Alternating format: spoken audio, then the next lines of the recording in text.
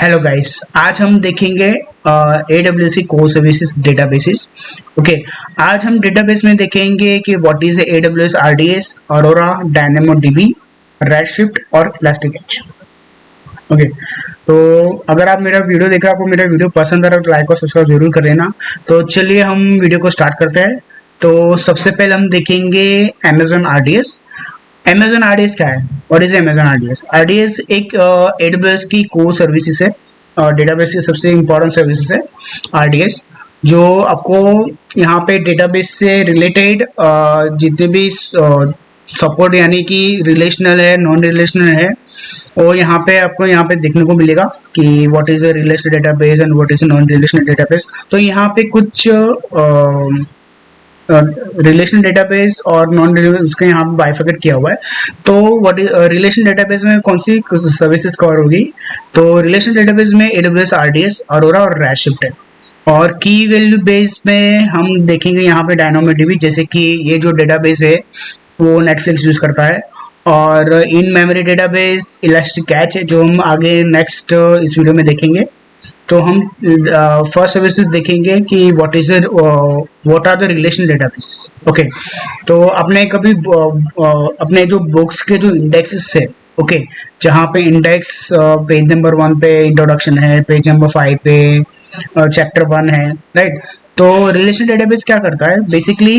वो एक क्योंकि जो बुक्स है आपको यहाँ पे एक ऑर्गेनाइजिंग करके देता है कि भाई आप चैप्टर नंबर 1 पे जाओगे तो आपको यहाँ पे ये टॉपिक देखने को मिलेगा।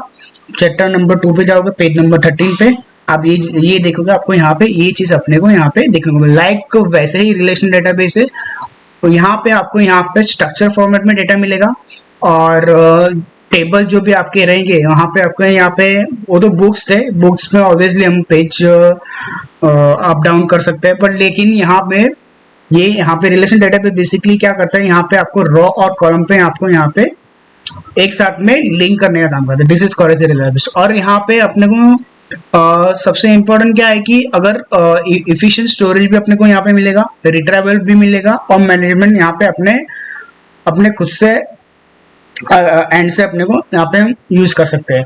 और जैसे कि यहाँ पे आप बेसिकली देख सकते हो कि जो एप्लीकेशन है, एप्लीकेशन साइड से जो भी कस्टमर है, मोस्ट ऑफली डेटाबेस और इन्वेंटरी सिस्टम के बहुत ज्यादा यूज होता है, ठीक है। तो ये है उसके एडवांटेज। क्या एडवांटेज? बेसिकली रिलेशन डेटाबेस वो स्ट्रक्चर फॉर्मेट में होता है। स्ट्रक्चर फॉर्मेट यानी जैसे कि मैंने एग्जांपल बताया कि बुक्स इंडेक्स पे जो हम लोग को देखने को मिलता है, वैसे यहाँ पे रिलेशनल डेटाबेस में एक स्ट्रक्चर फॉर्मेट मिलेगा, डेटा इंटीग्रिटी मिलेगा, यहाँ पे फ्लेक्सिबिलिटी मिलेगा, स्केलेबिलिटी। ऑब्वियसली जो भी आप AWS की सर्विसेज यूज करोगे आपको यहाँ पे बेसिकली स्केलेबिलिटी आपको यहाँ पे देखने को मिलेगा, सिक्योरिटी मिलेगा, और एक अच्छा फीचर दिया है यहाँ पे SQL, ठीक है। यहाँ पे आपको जो भी बेसिक लैंग्वेज आप यूज करते हो, जैसे कि अगर आप MS SQL यूज करते हो आपको यहाँ पे क्वेरी यूज करनी पड़ती है। तो यहाँ पे बेसिकली जो भी हम रिलेशनल डेटाबेस पे यूज करोगे, हम यहाँ पे स्टैंडर्ड क्वेरी लैंग्वेज यूज करेंगे। और AWS और एक सर्विस प्रोवाइड करता है जो है NoSQL डेटाबेस, और ये जो डेटाबेस होता है अनस्ट्रक्चर फॉर्मेट में डेटाबेस मिलता है, ठीक है। और बेसिकली जो यूज होता है कोई बिग डेटा प्रोसेसिंग है, उसके कोई बड़े वेब एप्लीकेशंस हैंडल करने हैं, और यहाँ पे और कोर यूज क्या है उसका कि जो हम उसका रियल टाइम डेटा आपको एनालिसिस करना है, जैसे कि शेयर मार्केट है, तो यहाँ पे ये NoSQL डेटाबेस यूज होता है। बेसिकली ये किसी से भी कनेक्टेड नहीं होता या किसी से भी लिंक नहीं होता है, और ये एक्चुअली ये डेटाबेस होता है जो लार्ज वॉल्यूम को इसके लिए बेसिकली जो आपके पास बड़े डेटा है, लार्ज वॉल्यूम, वहाँ पे कलेक्ट करने का सबसे ये NoSQL डेटाबेस है, ठीक है। और RDS पे इतने सारे डेटाबेस आपको यहाँ पे सपोर्ट है, जैसे कि MySQL, PostgreSQL, MariaDB, अरोरा और MS SQL भी आपका अगर ये डेटा AWS यूज करना चाहते हो आप यूज कर सकते हो। और फीचर्स ऑब्वियसली स्केलेबल है, और सॉफ्टवेयर पैचिंग कोई यहाँ पे सॉफ्टवेयर पैचिंग की कोई टेंशन नहीं है, बस खाली आपको यहाँ पे टाइम मेंशन कर दो, सॉफ्टवेयर पैचिंग AWS का टेक केयर है। यहाँ पे हाईली अवेलेबिलिटी है, ऑटोमेटिक डेटा बैकअप्स है। अगर आपको यहाँ पे डेटा बैकअप्स भी अगर लेने हैं तो आप एवरी 1 मिनट्स का भी आप डेटा बैकअप ले सकते हो यहाँ पे, और इनएक्सपेंसिव और इनसिक्योर। ठीक है, तो ये इसके फीचर्स थे। ठीक है, और what is automatic backup? Automatic basically हर इसका अगर आपको यहाँ पे डेली भी हम लोग ले सकते हैं और एवरी 5 मिनट्स भी ले सकते हैं, एवरी 1 मिनट्स भी ले सकते हैं। तो as per depend your use case कि आपको यहाँ पे इस तरह से कौन सा आपको यहाँ पे डेटा बैकअप यूज करना है। तो यहाँ पे बेसिकली AWS डेटा बैकअप कैसे करता है कि यहाँ पे अगर आपने इसको डेटाबेस ऑटोमेटिक डेटाबेस करने का आपको कमांड दे दिया, तो आपको यहाँ पे क्या करेगा कि पहले एक ऑटोमेटिकली कॉपी क्रिएट करेगा जो नॉर्मल रेगुलर इंटरवल जो अपने यहाँ पे असाइन किया है, और यहाँ पे कोई भी मैनुअल इंटरवेंशन नहीं होगा, और जो भी डेटाबेस है वहाँ पे आपका विदाउट एनी लॉसेस में आपको ये डेटाबेस आपको रिस्टोरेशन करके दे देगा।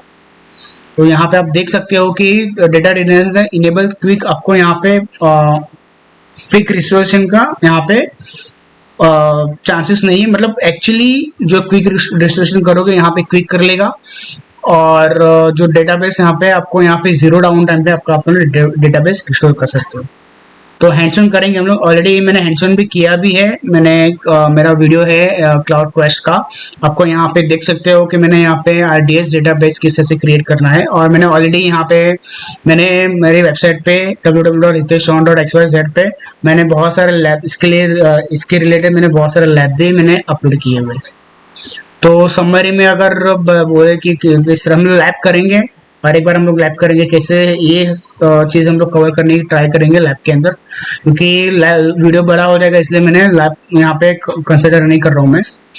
हाँ, अभी सबसे इम्पोर्टेंट पॉइंट क्या है कि point in time restores. Okay, तो यहाँ पे आप देख सकते हो अगर अपने 14 तारीख को कैसे करेगा रिस्टोर, अगर आपको 14 को 5 बजे आपने बैकअप करंट टाइम पे आपने बैकअप लिया, अगर आपको 12 बजकर मतलब आपको 12 तारीख को 3 बजे का बैकअप चाहिए, तो आपको यहाँ पे इस तरह से फ्लैशबैक मोड पे लेके आपको यहाँ पे डेटा बैकअप रिस्टोरेशन करके देगा, जो आपको यहाँ पे जो specific duration backup restoration period है वो उसके हिसाब से आपको यहाँ पे रिस्टोर करके देगा। और अगर आपको यहाँ पे AWS CLI भी यूज करना है तो आप यहाँ पे AWS CLI भी यूज कर सकते हो फॉर डेटा रिस्टोरेशन और बैकअप के लिए। तो ये सबसे इंपॉर्टेंट पॉइंट है कि आपको यहाँ पे फ्लैशबैक मोड में भी जाके आपका डेटाबेस रिस्टोर कर देगा। ये था पॉइंट इन टाइम रिस्टोर। अभी यहाँ पे डेटाबेस स्नैपशॉट्स कैसे होता है, तो बेसिकली जो डेटाबेस स्नैपशॉट होता है डायरेक्टली स्टोर होता है S3 बकेट पे, और जब तक आप उसको स्नैपशॉट पे डिलीट नहीं करोगे आपका डेटाबेस का बैकअप आपको वहाँ पे इनिशिएट होगा। और सबसे इम्पोर्टेंट फीचर्स AWS का डेटाबेस पे वो है multi agent deployment. This is a interview questions. अगर आपको यहाँ पे एक सिनेरियो बेस्ड क्वेश्चन पूछेंगे कि अगर मुझे यहाँ पे कौन सा डेटाबेस यूज करना चाहिए एज अ जीरो टॉलरेंस में, तो आप यहाँ पे उसको आंसर ये दे सकते हो कि AWS में ऐसा फीचर है जो मल्टी एजेंट डिप्लॉयमेंट पॉसिबल है, जो रेप्लिकेशन यहाँ पे मल्टीपल एबिलिटी जोन में आप सिंगल रीजन पे आप उसको डेटाबेस रेप्लिकेट कर सकते हो। ये इंटरव्यू क्वेश्चन है, बहुत सारे लोग इसको करेक्टली आंसर नहीं दे पाते हैं, तो ये बेसिक क्वेश्चन है। अभी यहाँ पे what is the multi agent deployment. Multi agent deployment basically करता क्या है कि अगर फॉर एग्जांपल आपका एबिलिटी जोन ए में एक आपका मास्टर डेटा है और एबिलिटी जोन बी में आपका सेकेंडरी डेटा है, तो बेसिकली ये जो डेटाबेस है दोनों एक दूसरे से सिंक होते हैं। ठीक है, जो यहाँ पे आप इम्प्लीमेंट होगा वो भी यही डेटाबेस यहाँ पे इम्प्लीमेंट करेगा। तो ये this is called as sync replication है। और बेसिकली अगर ये आपका मास्टर डाउन होता है, डाउन हो जाता है कोई सडनली कुछ इश्यूज की वजह से, कोई हार्डवेयर फेल हुआ, तो बेसिकली क्या करेगा, ये सेकेंडरी डेटा अपने आप को मास्टर कंसिडर करके जो भी इसका दोनों के बीच में जो भी सिंक करेगा, ये डेटाबेस यहाँ पे आपको रेप्लिकेट फॉल्ट मतलब हाई एलईडी पे कंसिडर करेगा। तो this is called as the multi agent deployment. और ऐसे करेगा कि ये अपने आप को एज अ प्राइमरी भी इंस्टेंस बोलेगा और यहाँ पे सेकेंडरी, मतलब इस तरह से एक दोनों के बीच में कोऑर्डिनेशन करके आपका यहाँ पे जो भी डाउन टाइम है 0% डाउन टाइम पे आपका यहाँ पे डेटाबेस को रेप्लिकेशन कर देगा। तो ये था सबसे यूनिक फीचर्स RDS में जो मल्टी एजेंट डिप्लॉयमेंट है। नेक्स्ट, मल्टी एजेंट डिप्लॉयमेंट क्या प्रोवाइड करता है, ठीक है। तो बेसिकली आपको यहाँ पे डेटा रिडंडेंसी का एक है इमुलेशन ऑफ फ्रीज। बेसिकली यहाँ पे इसके जो आईओएस पे कंसिडर होता है और जो भी आपका डेटाबेस है उसका लेस लेटेंसी स्पाइक्स के अंदर कंसिडर करता है। अभी यहाँ पे एक सिनेरियो है, एक आपका यहाँ पे एक रीजन है, एक डेटाबेस आपका एलईडी जोन ए बी में है, एलईडी जोन ए में। This is called example, okay. अगर फर्स्ट क्या करेगा, अगर आपका डेटाबेस इस जोन में है एलईडी जोन ए में, तो बेसिकली क्या करेगा, ये और एक दूसरे के बीच में सिंक करेगा, ठीक है। और आपका यहाँ पे डेटाबेस के क्लाइंट्स है, ठीक है। रीड, ये क्या कर रीड और राइट करेगा यहाँ पे, ठीक है। और सेकेंडली जो स्टैंड बाय रेप्लिकेशन है, भले सिंक तो करेगा बट उसको फिलहाल कोई रीड एक्सेस नहीं है, because is not A only stand by mode. जैसे ही इसको कुछ any case any issues like hardware failure या कोई एनी सडनली इशू हुआ, वो क्या करेगा, ये अपने आप को प्राइमरी करेगा और जो भी इसके सिंक ऑलरेडी जो सिंक चल रहा था वो ही यहाँ पे कंटिन्यूएशन करेगा, जिसको एज मल्टी एजेंट डिप्लॉयमेंट इस तरह से ये प्रोवाइड करता है। रिजर्व इंस्टेंस ऑलरेडी जो भी हम लोग रिजर्व इंस्टेंस पे ऑलरेडी सेम चीज़ यहाँ पे भी डेटाबेस में हम लोग रिजर्व इंस्टेंस ले सकते हैं। उसका जो 1 और 3 ईयर्स का कॉन्ट्रैक्ट होता है और यहाँ पे आपको यहाँ पे इस 3 टाइप का मॉडल है। जो आपको ऑल अपफ्रंट पे करना है तो आपको यहाँ पे मैक्सिमम डिस्काउंट मिलेगा, पार्शियली अपफ्रंट करना है तो आपको यहाँ पे एवरेज डिस्काउंट है। तो इस तरह से यहाँ पे इंस्टेंस हम लोग इस तरह से परचेस कर सकते हैं, ऐसे रिजर्व कर सकते हैं अपने डीबी इंस्टेंस के लिए। नेक्स्ट है कॉन्फ़िगरिंग डेटाबेस। क्या है configuring database? Basically parameter groups है जो वहाँ पे अपने को यहाँ पे बफर साइज कॉन्फ़िगर करना होता है। और नॉर्मल जैसे हम लोग जो भी बेसिकली कॉन्फ़िगर जो डेटाबेस जो नॉर्मल हम लोग यूजिंग वर्क करते हैं एज इट इज़ वैसा ही यहाँ पे RDS वर्क करेगा। और यहाँ पे बेसिकली बफर साइज और एप्लीकेशन बिहेवियर कैसा वो इस पर डिपेंड है। सबनेट ग्रुप्स यहाँ पे डिफाइन करना पड़ता है। जब भी आप डेटाबेस क्रिएट करोगे आपको यहाँ पे एक सबनेट ग्रुप क्रिएट करना होता है जो डिपेंड्स ऑन VPC पे होगा। जो आपको यहाँ पे VPC पे रहेगा कि बेसिकली कैसे होगा कि अगर फॉर एग्जांपल कि आपका VPC प्राइवेट सबनेट में है तो आप यहाँ पे इसको इस प्राइवेट सबनेट में आपको यहाँ पे इसको इस तरह से सबनेट ग्रुप आपको यहाँ पे डिफाइन कर सकते हो। ऑप्शनल ग्रुप्स में आपको यहाँ पे जो भी इंक्रिप्शन मेथड्स है उसके आप यहाँ पे इंक्रिप्शन मेथड को किया यहाँ पे इनेबल डिसेबल भी कर सकते हो। और आपके यहाँ पे परफॉर्मेंस एनएमएस के हिसाब से आपको यहाँ पे चूज कर सकते हो। This is option group. Okay, एक बेसिक RDS का डायग्राम है। ये आपका कॉर्पोरेट नेटवर्क है।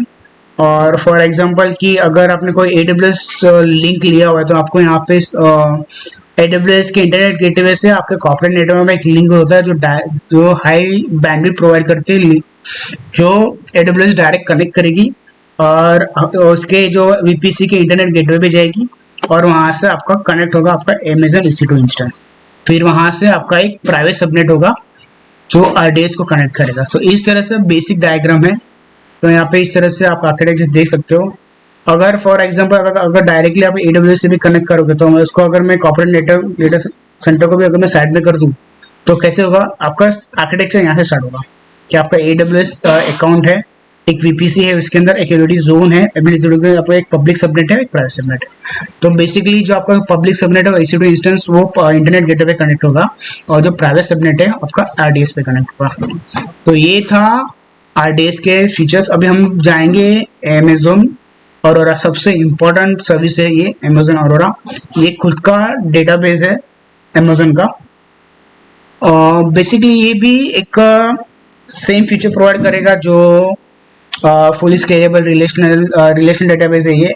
और कंपेटिबल आपको यहाँ पे माई एसक्यूएल पोस्टग्रे सपोर्ट करता है और सेम परफॉर्मेंस सेम सब कुछ सेम ही होगा। स्केलेबिलिटी है, एबिलिटी प्रोवाइड सब कुछ सेम प्रोवाइड करेगा। बैकअप भी हम लोग उसको ले सकते हैं, फेलोवर पे भी वर्क करेगा। और एप्लीकेशन की बात करूँ तो मल्टी एबिलिटी जोन पे भी वहाँ एप्लीकेशन वगैरह कनेक्ट करेगा। तो ये अमेजोन का खुद का डेटाबेस है। अभी अमेजोन अरोरा की बात करूँ तो यहाँ पे सब कुछ सेम प्रोवाइड करेगा जो आरडीएस करता था। हाइबिलिटी मिलेगा, स्केलेबिलिटी मिलेगा, सिक्योरिटी है, फुली मैनेज है, ड्यूरेबिलिटी है। तो यहाँ पे इस तरह से और सपोर्ट है आपका यहाँ पे। अगर आप कोई थर्ड पार्टी क्लाइंट को अगर कनेक्ट करना है माई एसक्यूएल और पोस्टग्रेसक्यूएल तो आप यहाँ पे वो डेटाबेस यहाँ पे अरोरा सपोर्ट है। तो ये व्हाट इज अरोरा हाई, उसको हाई एबिलिटी और रीड स्केलेबिलिटी कैसे बोलते हैं। तो बेसिकली कैसे होता है कि यहाँ पे 3 एबिलिटी जोन है यहाँ पे, और यहाँ पे 3 एबिलिटी जोन और सबके यहाँ पे रीड राइट का एक डेटाबेस है, ठीक है। तो टोटल आपके यहाँ पे 6 कॉपी है और 4 कॉपीज जो है यहाँ पे आप देख सकते हो कि 4 कॉपीज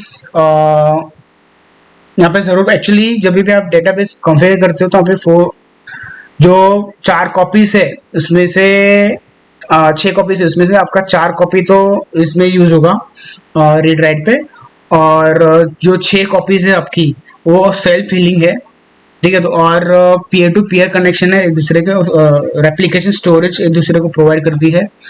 और हम लोग यहाँ पे अप्रॉक्सीमेट 100 वॉल्यूम्स भी इसको अटैच कर सकते हैं एंड ऑटोमेटिक फेलोवर पे काम करता है। लेस देन जब भी आपको कुछ डेटाबेस करेक्शन हुआ या एनी इन केस कुछ डिजास्टर हुआ तो अमेजोन अरोरा बेसिकली 30 सेकंड के अंदर आपका जो भी डेटा है वो ऑटोमेटिकली स्विच ओवर कर देता है। This is a most important service in database. सबसे पहले जब AWS लॉन्च हुआ था सबसे यही डेटाबेस था अरोरा, जो खुद का एक डेटाबेस क्रिएट हुआ था। तो ये इस तरह से उसका स्ट्रक्चर है। हैंड्स ऑन करेंगे उसका। कस्टम एंड पॉइंट्स बेसिकली क्या है कि जब भी आप कोई डेटाबेस क्रिएट करोगे आपका यहाँ पे एक एंड पॉइंट मिलता है आपको यहाँ पे, जो आपके डेटाबेस को या किसी कोई एप्लीकेशन को हम लोग उसको कनेक्ट कर सकते हैं। जैसे कि अगर मैंने कोई क्रिएट किया डेटाबेस, तो फॉर एग्जांपल माय डेटाबेस, तो यहाँ पे एक my database dot Amazon AWS.com करके आपको यहाँ पे एक एंड पॉइंट क्रिएट करेगा, और वही एंड पॉइंट से हम लोग अपने कोई थर्ड पार्टी एप्लीकेशन उसको हम लोग इससे का डेटाबेस कनेक्ट कर सकते हैं। तो यहाँ पे इस तरह से स्ट्रक्चर है। अगर ये आपका RDS का मास्टर डेटा है और ये आपके यहाँ पे सब रीड रेप्लिकास है, तो ये सब ऑटो हीलिंग भी आपको यहाँ पे ऑटोमेटिकली स्विच ओवर करेगा।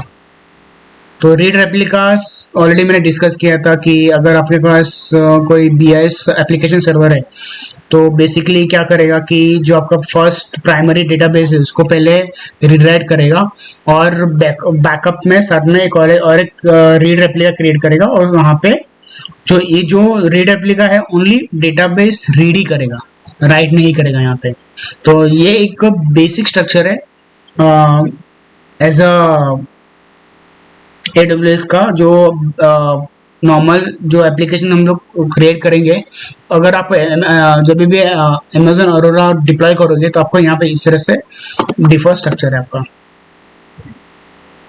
रीड रेप्लिका का कैरेक्टरिस्टिक्स क्या है, तो बेसिकली यहाँ पे इसका read replica read only copies of the database. जैसे कि मैंने बताया था कि ये रीड करेगा, तो वैसे ही आपको यहाँ पे एक बाय डिफॉल्ट रीड और राइट होगा और उसको रीड ऑपरेशन पे वर्क करेगा वो। और जब भी इसके पास कुछ डेटाबेस लोड आएगा तो ऑटोमेटिकली वो स्केलेबल कर देगा हर एक डेटाबेस का। जैसे कि अपने यहाँ पे प्रीवियस में आपने देखा था कि जो ये यहाँ पे है एक मास्टर डेटा है और बाकी सब रीड, तो इस तरह से यहाँ पे आपका डेटाबेस वर्क करेगा।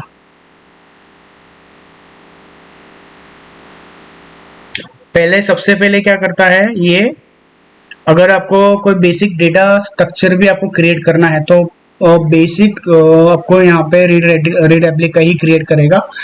और अगर आपको कोई भी स्टैंडर्ड डीबी भी अगर क्रिएट करोगे तो आपको यहाँ पे रीड रेप्लिका साथ में क्रिएट होगा। यहाँ पे टास्क परफॉर्म क्या करेगा, तो स्कीमा डिजाइन अपने को करना है, क्वेरी स्ट्रक्चर अपने को करना है, ऑप्टिमाइज अपने को करना है। और अमेजोन क्या करेगा, जो भी आप बैकअप करोगे, पैचिंग करोगे और मॉनिटरिंग, जो भी सब कुछ आपने यहाँ पे मेंशन किया सब अमेजोन मैनेज करेगा। अपने को खाली यहाँ पे इसको स्कीमा, क्वेरी ऑप्टिमाइज करके देना है। सब ये टैग बाकी जो भी है सब एडब्ल्यूएस टैग कर करेगा। This is a automatic automation task. ठीक है, हैंड्स ऑन भी करेंगे इसको किस तरह से रीड डेटाबेस क्रिएट करेंगे, हम लोग प्रैक्टिस भी करेंगे। और हम लोग चूज क्यों करते हैं, वाई चूजिंग और व्यू। ठीक है, यहाँ पे बेसिकली ये डेटाबेस ये आपको यहाँ पे हाई परफॉर्मेंस प्रोवाइड करेगा, जो और रेड्यूस जो भी आपकी कॉस्ट है वो कैलकुलेशन मतलब 60% तक आपको यहाँ पे बेनिफिट दे सकता है। और हम लोग इजी माइग्रेशन जो भी हम लोग को क्या ओम प्रेम टू अगर क्लाउड पे लेना है तो उसके लिए भी आपका यहाँ पे इजीली माइग्रेशन हो जाता है। ऑरोरा एक सर्वरलेस है, ठीक है, जो भी अगर आप अगर ऑरोरा को अगर डिप्लॉय करोगे एज अ डेटाबेस तो आपको यहाँ पे सब कुछ खुद ही मैनेज करेगा, खुद ही ऑटो स्केलिंग करेगा, खुद ही कॉस्ट मैनेज करेगा। तो इस तरह से आप यहाँ पे इस तरह से इसको ऑरोरा को मैनेज कर सकते हो। जैसे कि मैंने ऑलरेडी डिस्कस किया कि स्केल अप स्केल डाउन सब ऑटोमेटिक करेगा, कोई भी बैकएंड में कोई भी एप्लीकेशन उसको इम्पेक्ट नहीं करेगा।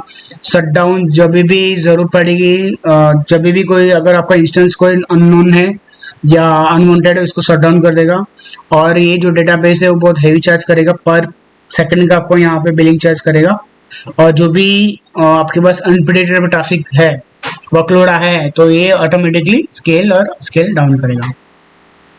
और बैकअप्स आप किस तरह से ले सकते हो ऑरोरा का, तो एक्चुअली बैकअप का जो टाइम है आप 1 to 35 डेज में भी अगर लेना आपको ले सकते हैं, लेकिन उसको डिसेबल नहीं करना है। This is a time frame, ये ऑलरेडी इसके अंदर मेंशन है जब भी। और यहाँ पे अगर ये हो गया ऑटोमेटिक बैकअप, अगर आपको मैनुअल बैकअप भी लेना है तो आपको यहाँ पे जब भी इसको टाइम मेंशन करेगा तो वहाँ पे वो ऑटोमेटिकली बैकअप चलते रहेगा।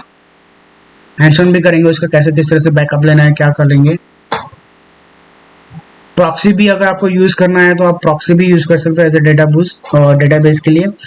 और सर्वरलेस ऑलरेडी सब कुछ अपन ने यहाँ पे कवर कर दिया है, जो RDS Aurora time up to 66% cover करेगा, मल्टी एजर पे काम करेगा, ऑलरेडी सब कुछ अपन ने डिस्कस कर दिया। तो आपको अगर इसमें RDS प्रॉक्सी भी यूज करना है तो आप इसको यूज कर सकते हो। ये बेसिक आर्किटेक्चर है प्रॉक्सी के लिए। अगर आप प्रॉक्सी यूज करना है तो आपको यहाँ पे इस तरह से आपको यहाँ पे बीच में एक लैम्बडा रखना पड़ेगा, फिर यहाँ पे बीच में प्रॉक्सी आपको रखनी पड़ेगी, तब जाके आपको AWS अरोरा ट्रिगर होगा। अरोरा का आर्किटेक्चर कैसा होगा, तो इस तरह से आपको यहाँ पे अरोरा का आर्किटेक्चर है। ये आपको यहाँ पे जो बेस्टन होस्ट है और उसको ऑटो स्केलिंग रखा हुआ है और एक पब्लिक सबनेट पे चल रहा है। और ये आपके जो दो सबनेट है यहाँ पे, एक पब्लिक सबनेट, ये भी दूसरे जोन में पब्लिक सबनेट, और आपके यहाँ पे दो प्राइवेट सबनेट है। तो अगर आपने ये वाले VPC पे अगर आपने डेटाबेस अरोरा DB रीडर भी क्रिएट करना है तो भी कर सकते हैं। ये सबनेट भी अगर करना है DB राइटर तो आप यहाँ पे इस तरह से कर सकते हैं। और अरोरा भी मतलब जो भी आपके जोन है इसके हिसाब से सिक्योरिटी ग्रुप को भी अरेंज करेगा। अभी हम बात करते हैं Dynamo DB fully manage, no SQL, किसी से कोई रिलेशन नहीं है इसका। और बेसिकली जो यूज़ करते हैं, जैसे कि हम देख सकते हैं नेटफ्लिक्स देखते हैं, ठीक है, वहाँ पे आपको नेटफ्लिक्स में कोई भी नई मूवी आती है या जो भी आपका जो डेटाबेस का जो टाइमिंग फ्रेम वगैरह वहाँ पे वो स्टोर करने का काम करता है, क्योंकि दिस इज अनस्ट्रक्चर्ड डेटा। तो इसके लिए आपको ये नेटफ्लिक्स का जो नेटफ्लिक्स है डायनामो DB डेटाबेस यूज करती है। और उसका जो भी रिस्पॉन्स टाइम में मिली सेकेंड का रिस्पॉन्स टाइम है, सिंगल डिजिट मिली सेकेंड्स। तो भी अगर एप्लीकेशन को हैवी एप्लीकेशन के लिए बेस्ट है ये। और परफॉर्मेंस वाइज तो ऑलरेडी अपने डिस्कस किया है कि मिली सेकेंड पे वो वर्क करता है, फुली मैनेज है, और ये जो डेटाबेस है की वैल्यू पेयर पे वर्क करता है, और हॉरिजॉन्टली स्केलेबल है, और ये भी सर्वलेस ही है। Features scalable, fast performance, flexible, fault already अपन, और जो भी आप उसका डेटाबेस यूज करोगे मोस्ट ऑफ आप उसको स्केलेबली प्रोवाइड करेगा आपको। स्ट्रॉन्ग कंसिस्टेंसी है, सिक्योर मॉनिटरिंग है, कॉस्ट इफेक्टिव है, एफिशिएंट इंडेक्सिंग है। उसको यहाँ पे कोर कंपोनेंट्स की बात करूँ तो ये जो DynamoDB है, पहले टेबल, फिर आइटम्स, फिर प्राइमरी की, इसको प्राइमरी की भी यहाँ पे असाइन करना पड़ता है, एट्रीब्यूट नेम और स्ट्रीम्स। ये 5 चीज पे DynamoDB वर्क करता है। हैंडसम भी करेंगे उसका। और डेटा टाइप्स क्या है DynamoDB के, वो स्केलर टाइप है, और डॉक्यूमेंट टाइप है, और सेट टाइप है। तो बाय डिफॉल्ट जो भी है, अगर इंडिविजुअल के लिए यूज करना है तो आप स्केलर टाइप यूज करो। अगर आपको डॉक्यूमेंट पर्पस यूज करना है, जैसे कि स्ट्रक्चर बेस, आपको डॉक्यूमेंट कॉम्प्लेक्स को आपके पास डेटाबेस होगा, स्ट्रक्चर है, तो आप वहाँ पे डॉक्यूमेंट टाइप डेटाबेस यूज कर सकते हो। तो इस तरह से आप यहाँ पे इसको डेटाबेस टाइप यूज कर सकते हो DynamoDB के। मेंशन करेंगे उसका। और यहाँ पे DynamoDB पार्टीशन की एंड शॉर्ट की। पार्टीशन की बेसिकली क्या है और शॉर्ट की क्या है। और पार्टीशन की जैसे कि हमने देखा कि एक यूनिक आइडेंटिफायर होता है, और शॉर्ट की क्या रहता है कि जो भी हम लोग उसको शॉर्टिंग करना है, जैसे कि अपने इंडेक्सिंग नंबर, वैसे ही आपको अगर वहाँ पे शॉर्ट की में आपने कुछ और मेंशन किया और प्राइमरी की में कुछ और मेंशन किया, अगर आपको शॉर्ट की से अगर आपको डेटाबेस निकालना है तो आपका ये शॉर्ट की से भी आपको यहाँ पे डेटाबेस आप यूज कर सकते हो, क्वेरी से लगा के आप यहाँ पे यूज कर सकते हो। बट अगर आपके पास पार्टीशन की है तो पार्टीशन की से भी आप उसको डेटाबेस को डिस्ट्रीब्यूट कर सकते हो। DynamoDB कंसिस्टेंट अपन, ये इसका कंसिस्टेंसी मॉडल है, आप यहाँ पे देख सकते हो। ऑलवेज लेटेस्ट डेटाबेस आपको मिलेगा, प्रेडिक्शन मिलेगा, हायर कंसिस्टेंसी मिलेगा, और यहाँ पे सेकेंड्स में भी देख सकते हो कि लोअर डेटाबेस। ये अगर हम दोनों का कंपेयर करें, स्ट्रॉन्ग कंसिस्टेंसी और इवेंचुअल कंसिस्टेंसी, तो बेटर आपको यहाँ पे मतलब दोनों चीज पे ही वर्क करता है कि आपको जो भी आपके यूज केस पे अगर आपको यूज करना, आप यहाँ पे यूज कर सकते हो। ग्लोबल टेबल इन DynamoDB, यहाँ पे ये जो फीचर्स है आपको यहाँ पे ऑटोमेटिक मिलता है एज इन DynamoDB में। रेप्लिकेशन आपको जो भी टेबल है इसके DynamoDB के, यहाँ पे आपको रेप्लिकेशन ऑलरेडी जो भी हम उसको टेबल को रेप्लिकेशन मिलेगा, और यहाँ पे आपको डिजास्टर रिकवरी के लिए भी आप उसको यूज करना है तो यूज कर सकते हो। As low latency access, fully manage है, ऑटोमेटिक फेल ओवर पे भी वर्क करता है वो। Pricing DynamoDB, this is not a free service. आपको अगर आप DynamoDB यूज करोगे, ये फ्री, आपको फ्री टाइम में आपको ये सर्विस फ्री यूज करने को नहीं मिलेगी, जिसको चार्जर बेस। और ये यहाँ पे इस तरह से आपके यहाँ पे चार्जेस है, जैसे कि अगर प्रोविजन कैपेसिटी आप यूज करोगे तो आपको पर आवर का चार्ज लगेगा यहाँ पे। अगर कंज्यूम कैपेसिटी यूज करोगे तो आपको यहाँ पे basis on the read and write operation पे काम करेगा ये, उसके बेसिस पे आपको यहाँ पे चार्ज लगाएगा। डेटा स्टोरेज के बेस अगर आपको यूज करना होगा तो आपको पर गीगाबाइट का आपको यहाँ पे चार्ज लगेगा पर मंथ। एडिशनल फीचर उसके क्या है कि बैकअप है, डेटा ट्रांसफर करना है, ग्लोबल टेबल है, आपको यहाँ पे इस तरह से इसको एडिशनल फीचर्स आपको यूज करना है तो एज ए DynamoDB में आप यूज कर सकते हो, but this is not a free service. Okay, ये बेसिक आर्किटेक्चर है DynamoDB का। जो DynamoDB है, आपका यहाँ पे एक टेबल है, टेबल के बीच में आइटम्स है। उसको ऑलरेडी मैंने DynamoDB का भी क्लाउड प्रैक्टिशनर में जो मेरा चल रहा था उस पर ऑलरेडी मैंने वीडियो अपलोड किया हुआ है। आप यहाँ पे ऑलरेडी एक इसका डेमो लेना है तो आप वहाँ पे देख सकते हो उस वीडियो में। बैकअप एंड रिकवरी भी है, उसका भी हम लोग हैंड्स ऑन करेंगे, ऑलरेडी मैंने किया हुआ है, जो आप वहाँ पे मेरे वीडियो में देख सकते हो। रेडशिफ्ट है, this is not a free service. आपको यहाँ पे आपको अमेजोन 7 दिन का ट्रायल देता है, जो आपको यहाँ पे यूज करना है। तो अगर उसके बाद आप यूज करोगे तो आपको यहाँ पे चार्जेस, हैवी चार्जेस लगाएगा यहाँ पे। तो ये जो रेड शिफ्ट है बेसिकली जो डेटा वेयर हाउसिंग के लिए लगता है। अगर किसी के पास डिजिटल डेटा वेयर हाउस का क्या नहीं, मशीन लर्निंग है, एआई है, तो यहाँ पे वो प्लेटफॉर्म के लिए आपको यहाँ पे ये रेड शिफ्ट आप यूज़ कर सकते हो।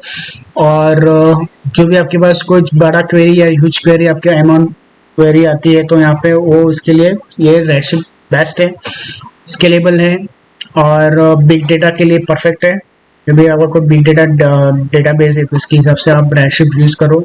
नथिंग, और आपको यहाँ पे स्पीड भी अच्छा मिलेगा और स्केलेबिलिटी आपको यहाँ पे रेडशिफ्ट प्रोवाइड करेगी। क्यों हम लोग रेडशिफ्ट यूज़ करना चाहते हैं? बिकॉज सबसे पहले तो जो डेटाबेस है उसका हम लोग ह्यूज डेटाबेस ऐसे सिंपल यूज़ कर सकते हो, अंडरस्टैंडिंग है। और यहाँ पे आपको यहाँ पे बेटर अंडरस्टैंडिंग मिलेगा कि और गाइडेंस भी मिलेगा कि आपको यहाँ पे किस तरह से आपका डेटाबेस को और किस तरह से बूस्ट कर सकते हो। डेटा वेयरहाउस सिस्टम आर्किटेक्चर, यहाँ पे बेसिकली डेटाबेस किस तरह से काम करेगा कि आपका एक लीडर नोड होगा, उसके नीचे एक कंप्यूट नोड होगा, स्टोरेज है, क्लस्टर है। तो इस तरह से आपका यहाँ पे बेसिक आर्किटेक्चर है। तो देखो यहाँ पे देख सकते हो कि डायनामोडीबी का यहाँ पे एक लीडर नोड है और कंप्यूट नोड है, ये आपका कंप्यूट नोड 2 है। तो इस तरह से आपका यहाँ पे, और ये जो कनेक्शन है जेडीबीसी और ओडीबीसी पे वर्क करेगा। इसके एडवांटेजेस है कि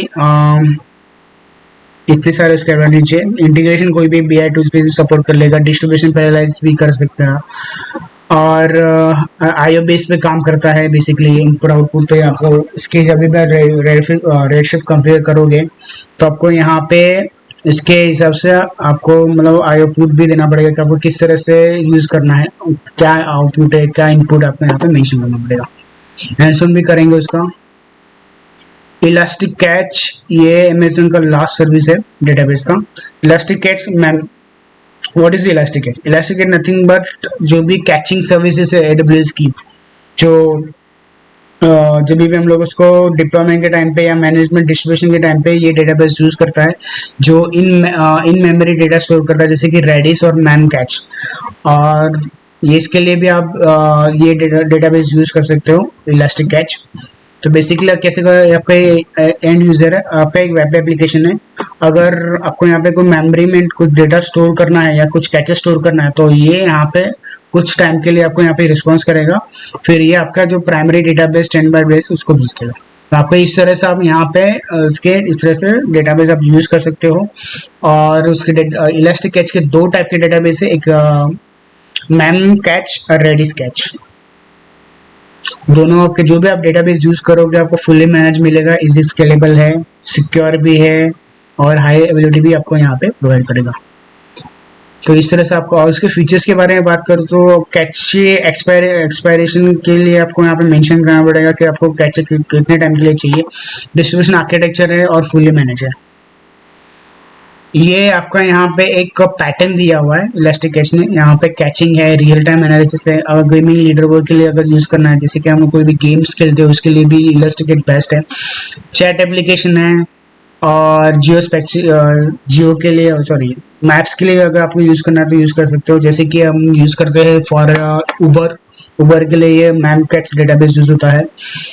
स्ट्रीमिंग के लिए भी बेस्ट है। सेशन मैनेजर में किसी को अगर सेशन रखना है, स्टोर करना है तो इसके लिए भी इलास्टिक कैच बेस्ट है। मशीन लर्निंग के लिए जो आपको रियल टाइम मॉडल प्रोवाइड करेगा, जैसे कि रियल टाइम आपको यहाँ पे एनालिसिस करेगा, जैसे कि क्रिकेट लाइव मैच, इस तरह से आपको यहाँ पे इस डेटाबेस यूज कर सकते हो। तो स्नैपशॉट और इसके लिए भी अपन ने फीचर है इसका। आप यहाँ पे देख सकते हो कि आपकी फाइल है, अगर फाइल एरर है तो फिर यहाँ पे जो डिपेंड्स के आपको यहाँ पे स्नैपशॉट किस तरह से दिया हुआ है।